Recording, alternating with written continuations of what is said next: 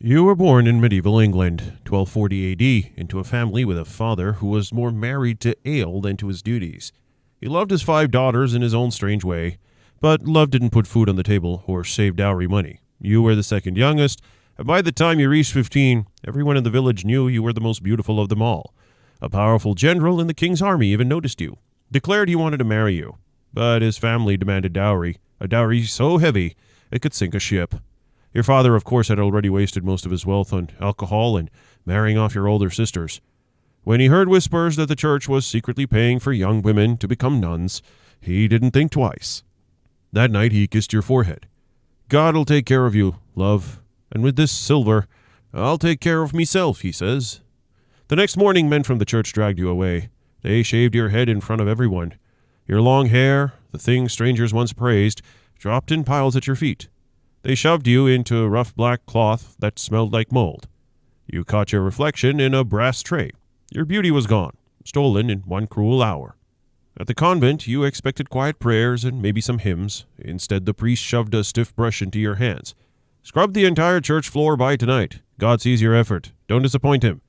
You looked up at the vast nave, the endless stone slabs and never-ending floors. You scrubbed until your back screamed, hands blistered, knees raw against stone. When dawn came, you collapsed on the benches.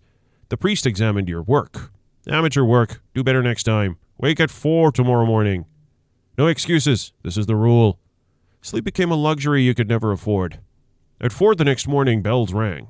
They dragged you into the chapel and made you kneel. 7 hours passed as Latin prayers droned. Your stomach twisted with hunger. Your knees swelled after kneeling for hours. Your head felt light. You noticed an apple by the altar, shining in candlelight. You reached, trembling. A sharp smack burned your hand.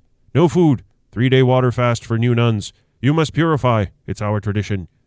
The nights were crueler. You lay on bare stone floor, wrapped in a curtain scrap. The wind howled through cracks, freezing your bones. Rats scurried nearby, warmer than you.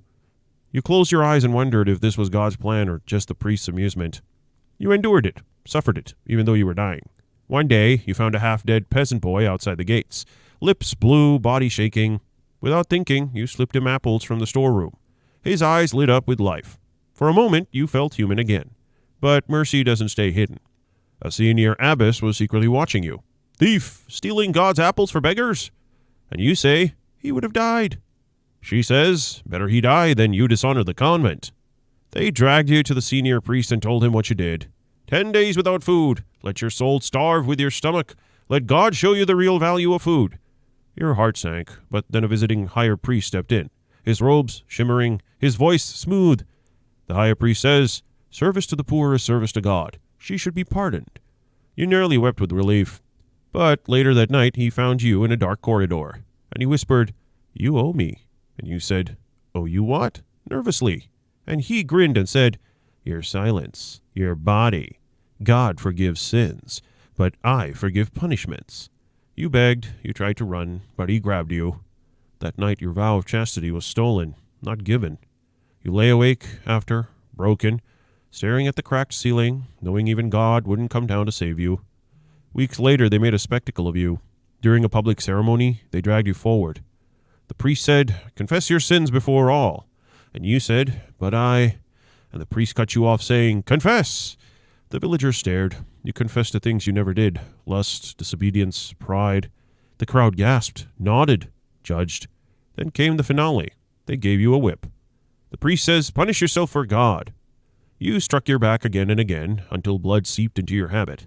The villagers crossed themselves, satisfied, as you swayed on the verge of collapse. Months crawled by.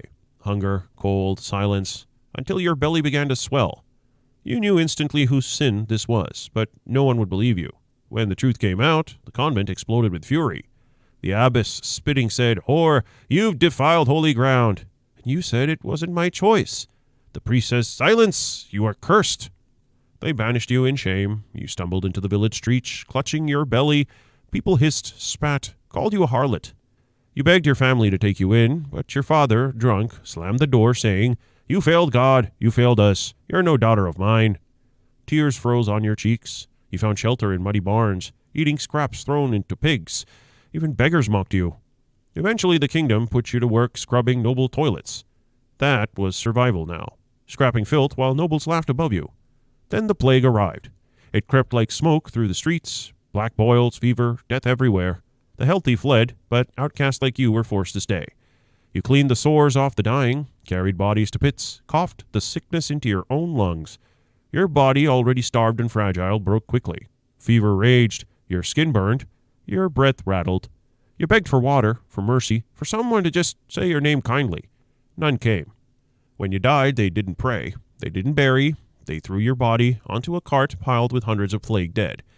The cart rumbled to the cliffs, your body tumbled into the sea, nameless, faceless, forgotten. And that was your story. Born beautiful, sold for ale, chewed up by the church, abandoned by family, and swallowed by the plague. So next time someone tells you medieval times were full of romance and chivalry, remind them, sometimes it just sucked. And nothing sucked harder than being a forced nun.